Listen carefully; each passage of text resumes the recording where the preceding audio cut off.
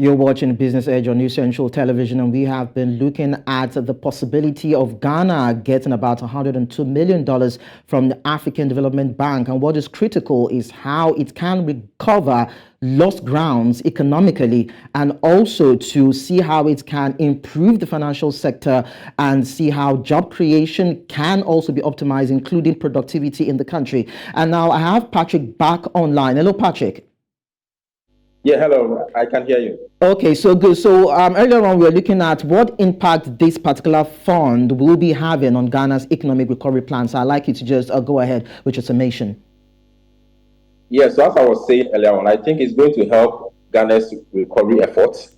And I'm expecting that it will help stabilize the economy, the growth that we are seeing. It will help us to sustain the growth and also help create employment opportunities. I'm expecting that the fund will go into certain sectors. One of the sectors that I expect the fund to go into is infrastructure development. Here, I'm talking of the transportation and energy sector. I'm looking at it supporting the agriculture and agribusiness sector, which will lead to food security and rural development. And I also expect that it will strengthen social safety net, which will ensure that the vulnerable population in the country are not left behind in this recovery process that we all went through post the COVID. Overall, I think that the contribution that they are giving to us will lead to the economy revitalizing and also helping us to be building a more resilient economy as a country beyond what challenges we faced last year and also the first part of this year. Yes, we are going to talk about the challenges faced last year, because it is necessary for you to speak more about Ghana's fiscal consolidation, the economic challenges that it faced last year, and how it is hoping to recover. So tell us, what were the setbacks? What were the challenges? What are the gains being recorded? And how do you think that the Ghanaian government can consolidate on the modest appreciable gains that it has recorded? I think Ghana has made commendable progress in implementing fiscal consolidation measures, which has led to the reduction in budget deficits and the gradual stabilization of the economy. And for me, the key gains that we can look out for, one, we have to look at the fiscal deficit. When you look at last year, 2022, our fiscal deficit was around 11.8% to GDP. As we speak, in 2023, we are around 9.5, which is still quite high. But there has been a reduction from 11.8 to 9.5. Again, when you look at inflation, we started the year 2023 with an inflation of 53.6%. As we speak, last 2 months, September, inflation was around 38.1%, which means that the cost of living is improving between what we saw at the beginning of the year and now. Again, when you look at even GDP, last year, our GDP growth was very, very poor. The projection this year is that we are going to end around 3.1%, which is quite okay. So I think that the recovery process, even though it's not entirely full, I think that there's still some kind of fragility in the system, and any external shock can still affect our economy. Again, there are still some domestic challenges, which includes political instability as Ghana leads into the next election. There's still some kind of instability in the economy that, if it's not managed well, it can still lead to the economy going back to its initial state that we saw at the beginning of the year. Again, there's still fiscal pressure that is leading to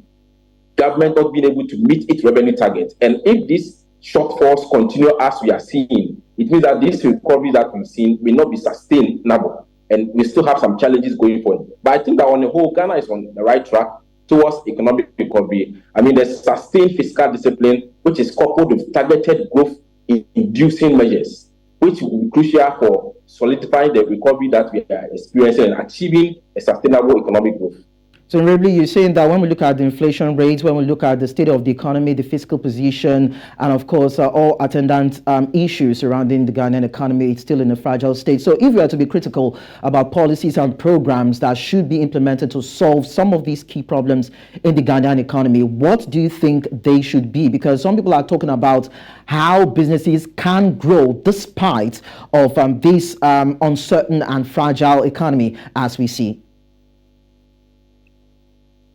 I think that the fiscal discipline that we've seen over the last 3 or so months, government should enhance it. There should be continuous implementation of measures that will reduce the budget deficit and improve revenue mobilization in this country, and also streamline public expenditure. So for me, that's the first thing, fiscal discipline. The second thing is that we should continue to promote private sector investment in this country. We should create an enabling business-friendly environment which will help businesses to thrive so that it can even lead to more inflows, which we call the foreign direct investment. Again, government should focus on supporting the agricultural and agribusiness sector. When you look at the people that are able to work in this country and the sectors that are employing them, the agricultural sector continues to lead. So government should continue to support them, invest more in agricultural research, extension services, and market infrastructure that will help boost productivity and food security. Again, we should also invest in the human capital,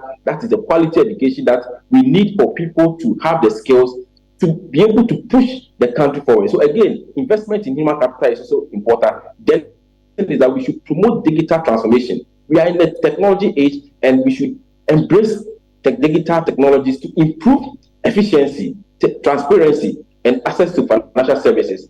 If you look at the level of corruption in our public sector, if you're able to digitize a lot of the things that we do in this country, then we are going to have some kind of efficiency in the system. And for me, all of these are factors that are measures that will push the economy to sustain the gains that we are having and also increase the gains that we are even expecting as we enter into the year 2024. There have also been calls, Patrick, for the reduction in a value-added tax, removal of COVID-19 levy and a special import levy, in addition to other things that need to be done to deal with the issue of inflation and, of course, the policy rates that are said to be on the decline. So just with the things that you have mentioned and other areas that need to be looked into, it will just be important and vital, of course, for the Ghanaian government to look at these critical areas as we see the funds coming, to plug into those areas and see how we can liberate it and make it stronger than it used to be. Patrick Baah, Abankwa, financial analyst and investment advisor, thank you so much for talking to us. Thank you, Sue.